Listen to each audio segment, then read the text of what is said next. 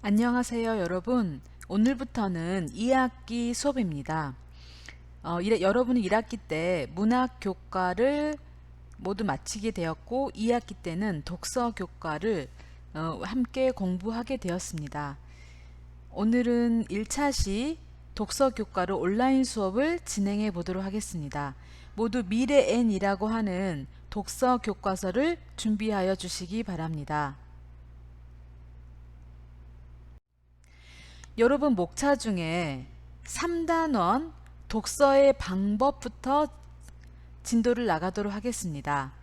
독서의 방법에는 총 5가지가 있는데요.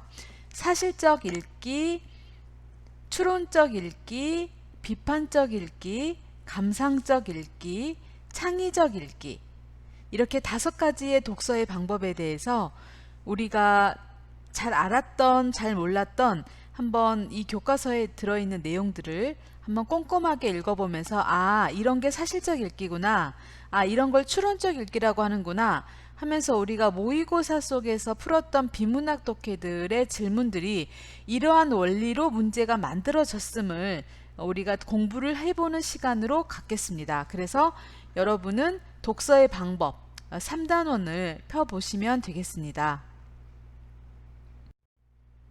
그래서 72쪽부터 이제 시작하도록 하겠는데요. 이번 주 온라인 수업에서는 이 5개의 읽기 방법에 대해서 우리가 이론적인 것을 공부를 하도록 하겠습니다. 선생님을 잘 따라오시면 되겠습니다.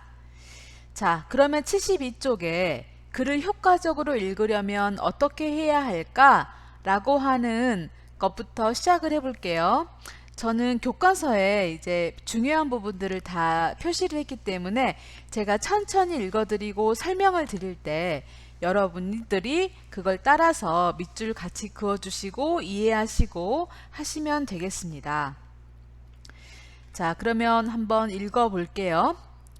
서점에 가거나 인터넷으로 검색해보면 세상에 얼마나 많은 책이 있는지 알 수 있습니다. 마찬가지로 우리가 접하는 글들도 많기도 많지만 종류도 참 다양합니다. 어떤 글은 무엇인가를 설명해 줍니다. 어떤 글은 자기 생각을 밝히며 주장을 하지요. 또 어떤 글은 읽는 이에게 특별한 감정을 선사합니다. 자, 이렇게 설명해 주는 글, 주장하는 글, 감정을 선물해 주는 글, 이런 글들을 읽을 때 글이 다르기 때문에 글을 읽는 방법도 달라야 하겠지요. 그래야 글을 읽는 효과를 제대로 얻을 수 있을 테니까요. 한 편의 글을 읽더라도 그 글의 성격을 이해하고 그에 맞게 읽을 수 있도록 하는 것이 이 단원의 목적이 되겠습니다. 그래서 이 단원에서는 글을 읽으면서 자, 첫 번째 사실적 내용을 파악하는, 두 번째 추론하는, 세 번째 비판적으로 읽는, 네 번째 감상적으로 읽는, 다섯 번째 창의적인 대안을 떠올리면서 읽는 그런 방법들을 배울 것입니다. 이 과정에서 여러분은 특히 2가지 역량이 커질 예정인데요. 자료 정보 활용 역량, 비판적 창의적 사고 역량, 그 다음에 문화 향유 역량을 여러분들은 기를 수 있겠습니다.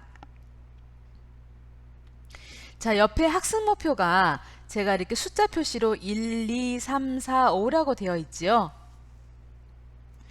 사실적 내용을 파악하는 것과 관련하여 학습 목표는 글의 구성 단위 간의 관계를 이해하고 글의 중심 내용과 주제를 파악하며 읽을 수 있는가입니다. 그래서 이 숫자를 여러분이 동일하게 적고 각 내용을 연결하여서 학습 목표를 여러분 인지하시면 되겠는데요. 학습 목표 옆에 별 표시를 5개 있을 거예요. 여러분 학습 목표는 곧 시험 문제라고 볼 수 있죠. 그래서 이거를 가볍게 여기지 마시고 각각의 학습 목표가 다 중간고사 시험 문제에 나올 수 있겠다, 이것이 문제화 되겠다 라고 생각하고 이걸 목표로 여러분이 열심히 공부를 해주시기 바랍니다. 자, 그러면 첫 번째 단원부터 한번 들어가 보도록 하지요.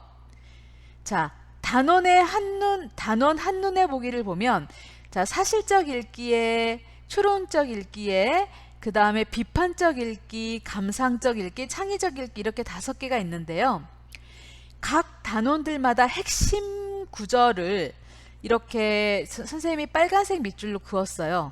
예를 들어 사실적 읽기에서 여러분이 가장 핵심을 두고 공부해야 될 부분은 글의 구조와 전개 방식을 파악하며 읽는 것이 사실적 읽기다. 또 글의 중심 내용을 파악하며 읽는 것이 사실적 읽기다. 자, 그러면 두 번째 추론적 읽기는 글쓴이의 의도나 목적, 숨겨진 어떤 내용 이런 것들을 생각해내는 것은 추론적 읽기다 라는 이런 이 단원 한눈에 보기 이 빨간색 밑줄들을 잘 체크하면서 여러분이 공부를 하시면 되겠습니다. 그러면 사실적 읽기부터 들어가겠습니다. 자, 사실적 읽기는 74쪽입니다. 글에 드러난 정보들을 종합하여 글의 내용을 정확하게 파악하는 읽기 활동을 말합니다. 자, 사실적 읽기의 정의, 글에 드러난 정보들을 종합하여 글의 내용을 정확하게 파악하는 읽기 활동을 말하는데요. 추론적 읽기, 비판적 읽기, 창의적 읽기 이런 그 다음 단계들의 어떤 읽기 전에 가장 기초가 되는 먼저 이루어져야 하는 읽기가 바로 사실적 읽기가 되겠습니다. 이 활동은요, 글의 표면적으로 드러난 정보를 파악하는 것으로 읽기의 방법 가운데 가장 기본적인 단계에 해당이 돼요. 우리가 이렇게 어떤 걸어가는 사람인데 저 사람 빨간색 옷을 입었구나, 저 사람 파란색 옷을 입었구나 라고 아주 기본적인 것들이 우리 눈에 들어오는 게 있죠. 바로 그런 것들을 인지하는 활동이 사실적 읽기에 해당이 되겠습니다. 자, 이 단계에서는 첫 번째, 글의 화제를 정확히 찾아야 돼요. 이 글이 뭘 말하려고 하는 건지. 자, 두 번째, 핵심적인 내용은 무엇이고 그 핵심적인 내용을 이렇게 부연 설명하거나 하는 그런 부차적인 내용들은 무엇인지를 가려낼 수 있어야 하며, 세 번째, 글의 논리 전개 방식이 무엇인지를 파악하는 일이 필요합니다. 자, 이 각각을 한번 자세히 살펴보도록 하겠습니다. 자, 먼저 사실적 읽기의 방법 첫 번째, 글의 중심 내용과 주제 파악하기인데요. 중심 내용이란 글에서 전달하려는 핵심 내용을 말하죠. 교복을 자유화하자, 두발 자유화하자, 의사를 정원을 더 늘려서는 된다, 더 안 된다, 어쨌든 간에 어떤 글에 전달하려는 핵심 내용이 있을 거예요. 글은 단어와 문장, 문단 등의 단위들이 모여서 구조화되고 있는데요. 이러한 구조를 자세히 살펴서 중요도가 높은 부분을 가려낼 수 있어야 비로소 중심 내용을 파악할 수가 있어요. 그런데 글 가운데는 어떤 부분이 중요한지 선명하게 드러나는 것이 있는가 하면 그렇지 않은 것도 있죠. 자, 후자의 경우라면 먼저 그 글의 화제가 무엇인지 살피고 그 화제와의 관련성을 중심으로 각각의 중요도를 판단합니다. 다음으로 그 글을 구성하는 각 문단의 중요도와 서로 간의 관계를 파악하면 이를 바탕으로 글 전체의 중심 내용과 주제를 정리할 수 있죠. 자, 그래서 글 중에서 어떤 부분이 중요한지 선명하게 드러나지 않을 경우에 아래 박스와 같이 핵심어나 화제를 파악하거나 화제와 관련성이 높은 내용을 파악하거나 중심 내용과 세부 내용을 구분하거나 문단 간의 관계를 파악하거나 글 전체의 중심 내용과 주제를 파악하거나 하는 이런 노력들을 기울인다면 이제 글을 사실적으로 읽는 노력을 여러분이 기울이신 거라고 볼 수 있습니다. 선생님이 혹시 좀 빠르게 이렇게 얘기를 할 때 밑줄이나 글씨 적는 게 어려우시면 잠깐 스톱하고 여러분이 잠시 멈춤하고 좀 적고 그 다음으로 넘어가시면 되겠습니다. 네, 그 다음 사실적 읽기의 방법으로 글의 구조 파악하기가 있습니다. 자, 글은요, 여러 단위가 모여 체계적인 질서를 이루는데요. 이걸 글의 구조라고 합니다.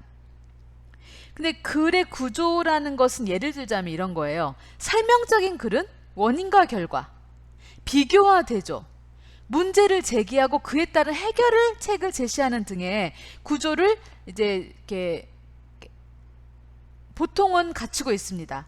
또 서사적인 글은요, 사건의 흐름에 따른 구조를 갖추기도 하죠. 이렇게 전형적인 어떤 글의 흐름을 가지고 있는데, 이제 이런 구조적인 특성을 알게 되면 여러분이 예상하면서 글을 읽기 때문에 글의 내용을 파악하는데 굉장히 더 빨리 파악할 수가 있습니다. 예를 들어서요. 자, 보실게요. 만약에 글의 전개 방식을 파악할 때 여러분들이 분류나 예시나 정의나 비교나 유추나 서사, 이런 다양한 서술 방식을 여러분을 알고 있다면 글의 전개 방식을 이해하는 데 굉장히 도움을 받을 수 있습니다. 예를 들어서요, 그 아래 이규보의 이 옥설이라고 하는 고전수필이 있는데 한번 이걸 읽어볼게요. 행랑채가 퇴락하여 지탱할 수 없게끔 된 것이 3칸이었다. 행랑채는 대문 옆에 붙은 어떤 방인데, 그러니까 뭐 하인이 머무르거나 뭐 어떤 손님이 와서 잠깐 기거를 하거나 뭐 이런 어떤 공간이에요. 그런데 그게 3개의 칸이, 그러니까 방 3개가 뭔가 못 쓰게 됐다는 거죠. 나는 마지못하여 이를 모두 수리하였다. 그 중에 2칸은 앞서 장마에 비가 샌 지 오래되었으나 알면서도 손대지 못했고, 나머지 1칸은 비를 한 번 맞고 샜던 걸 서둘러 기아를 갈았던 그런 1칸이었대요. 그런데 이번에 수리하려고 보니 비가 샌 지 오래된 것들은 모두 썩어서 못 쓰게 되어서 수리비가 엄청 들었대요. 그런데 한 번밖에 비를 맞지 않았던 1칸의 제목들은 또 이제 서둘러 기와도 갈았던 덕분에 이제 적은 노력과 비용으로 다시 쓸 수 있게 된 거예요. 그래서 나는 이에 느낀 것이 있었다. 자, 이에 행랑채를 수리한 경험을 통해 이걸 느꼈다. 동그라미 1과 동그라미 1을 느낀 거죠. 첫 번째, 사람의 몸도 마찬가지야. 내가 어디가 아파. 우리 이제 이로 한번 비유를 해봅시다. 이가 어디가 이렇게 충치가 생겼어요. 근데 그걸 빨리 갔을 때는 그냥 그것만 떼우면 됐지만, 그게 뿌리까지 그 충치가 신경을 건들면 엄청 더 복잡한 치료를 해야 되거나 아니면 비용이 많이 드는 어떤 시술을 해야 되잖아요. 그렇죠. 자, 그뿐만 아니라 동그라미 2번으로 가겠습니다. 나라의 정치도 이와 같다. 백성을 좀먹는 무리를 내버려 두었다가는 백성들이 도탄에 빠지고 나라가 위태롭게 된다. 그런 뒤에 급히 바로 잡으려 하면 이미 썩어버린 제목처럼 때는 늦은 것이다. 그러니까 이제 나라의 정치도 뭔가 문제가 생겼을 때 빨리 그걸 해결해야 한다. 그렇지 않으면 그것을 해결하기도 어렵고, 그 다음에 그걸 뿌리 뽑느라 뭔가 더 많은 행재정적인 어떤 그 손해가 발생할 수가 있다. 그래서 어찌 삼가지 않겠느냐라고 마지막 말을 끝내는 이 옥설은 고전 수필이라고 하는 이규보의 작품인데요. 여러분, 이 고전 수필의 내용 중에 핵심은 뭘까요? 이규보는 무엇을 말하고자, 그러니까 집 빨리 고치라는 것을 말하고자 한 걸까요? 사람의 몸 다쳤을 때 빨리 고치라는 걸 말하려고 하는 걸까요? 나라의 정치를 할 때 뭔가 문제가 생기면 빨리 그걸 고치라고 하는 의미였을까요? 자, 그럼 그 다음으로 한번 가기 전에 유추를 여러분이 한번 개념 정의를 잡고 가보도록 할게요. 유추란 어떤 2개 또는 그 이상의 현상들이 어떤 속성, 관계 또는 구조, 기능에서 일치하거나 유사하다는 것에서 그 현상들이 다른 속성, 관계, 구조, 기능에서도 일치하거나 유사하리라는 어떤 논리적인 추리 과정을 말합니다. 그래서 A와 같이 B도 그럴 것이다. 뭐 이런 어떤 우리 사고방식 있잖아요. 그게 유추인데요. 이 글은 집을 수리하면서 얻은 깨달음을 다른 대상에 확장 적용하여 자기 생각을 표현하고 있는데, 이러한 내용 전개 방식은 바로 유추의 내용 전개 방식이라고 볼 수 있습니다. 집을 수리하는 일에서 얻은 생각을 사람의 몸, 나라의 정치계에 적용을 하였는데, 이걸 통해서 글쓴이는 결국 이 나라에 관한 것을 말하기 위해서 행랑체의 어떤 작은 경험을 끌어와서 국가 정치의 어떤 설득력을, 사람들이 공감할 만한 어떤 경험을 가져와서 국가 정치에 대한 이야기를 하고자 이런 글을 썼다라고 우리가 정리해 볼 수 있겠습니다. 그래서 이 글은 나라를 바로 잡는 법에 대해서 이제 이야기한 것이구나 라고 이욕설의 주제를 우리가 판단할 때 이 글이 가지고 있는 가장 중심된 유추라고 하는 내용 전개 방식에 대해서 우리가 알고 있다면 이 글의 주제를 잡아내는데 굉장히 도움을 크게 받았을 거라고 생각합니다. 자, 그래서 여러분이 이 단원에서 커피 이야기를 읽으며 이제 이런 사실적 읽기를 한번 연습을 해보겠는데요. 자, 다음 주에 여러분이 등교하였을 때 이제 사실적 읽기에 관련한 비문학 독해 지문을 학습하는 그런 시간으로 하겠습니다. 네, 그러면 두 번째 추론적 읽기로 들어가 보도록 하겠습니다. 자, 추론적 읽기는 84쪽에 있습니다.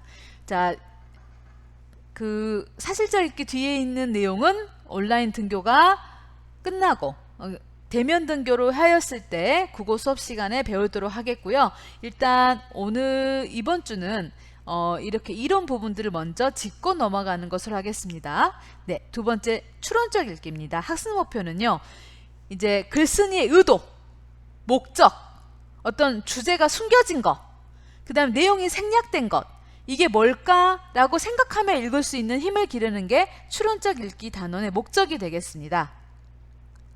자, 추론적 읽기는요, 글에 직접 언급되지 않은 내용을 추측하면서 읽는 활동을 말합니다. 독자는요, 글에 드러난 정보를 근거로 삼아 글쓴이의 의도, 목적, 숨겨진 주제, 생략된 내용들을 추론해낼 수 있어야 돼요. 예를 들어 이제 뭐 시서스 어떤 가루가 뭐 다이어트에 좋다 막 이렇게 글이 있는데, 정말 시서스 가루에 대한 설명을 하는 글인지 아니면 시서스 가루로 된 것을 구입하라고 하는 어떤 그런 목적으로 이 글이 적어져 있는지는 우리가 숨겨진 의도를 파악하지 않으면 이 현대사회에서 호구가 될 수 있습니다. 그래서 추론적 읽기는 굉장히 중요한 읽기 기능인데요. 사실적 읽기가 글에 직접 드러난 내용과 구조를 파악하는 것이라면, 추론적 읽기는요, 그 사실적 읽기를 토대로 글의 의미를 더 깊이 이해하는 것입니다. 그래서 추론적 읽기의 방법을 한번 보도록 하겠습니다. 첫 번째, 글쓴이의 의도, 목적, 숨겨진 주제를 추론하는 건데요. 자, 이걸 하기 위한 방법은 거기 아래 세 번째 줄 내려와 보시면 따라서 독자가 글의 내용과 맥락을 자세히 살펴 어떤 내용이고 이 글은 어떤 맥락에서 쓰여졌는지를 자세히 살핀다면 글쓴이의 의도, 목적, 숨겨진 주제들을 추론하는 데 매우 유익하고, 그래야지만이 글의 내용을 내가 온전히 파악하였다라고 말할 수 있는 거죠. 두 번째, 생략된 내용을 추론하기라고 하는 추론적 읽기 방법 두 번째는요. 자, 세 줄 내려와서 독자는 글의 앞뒤 문맥, 글을 구성하는 단어나 문장 등에 나타난 여러 단서를 찾아서 자신의 지식과 경험을 적극적으로 활용하며 글쓴이가 직접 말하지 않은 부분까지 어떤 내용이 더 들어있는 걸까? 라고 추론하며 글을 읽는 것입니다. 네, 이렇게 내용을 84쪽의 내용을 정리를 하였고요. 자, 그러면 예를 들어서 85쪽입니다.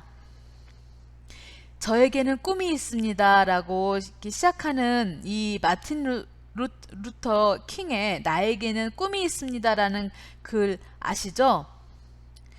자, 이 글에는 인종차별에 대한 정보가 직접 드러나 있지 않지만 우리는 인종차별에 반대하는 이 화자의 목소리를 읽어낼 수 있는 게 바로 이 구절 때문이에요. 인간은 평등하게 태어났다는 진리라는 구절을 단서로 삼았고, 그 다음에 이 킹의 생애에 관한 지식이 있다면 이 연설문에 숨겨진 내용은 바로 흑인에 대해서 부당한 차별을 멈출 것을 주장하는 그런 글이라는 것을 우리는 예측할 수 있습니다. 추론할 수 있습니다. 네, 그래서 추론 쪽 읽기에서는 여러분 암과 힘의 뿌리, 문화유산을 읽으며 이제 이런 추론하는 능력을 길러보거나 혹은 다른 지문을 활용하여 이 추론적 읽기를 경험하게 될 것입니다. 수고하셨습니다.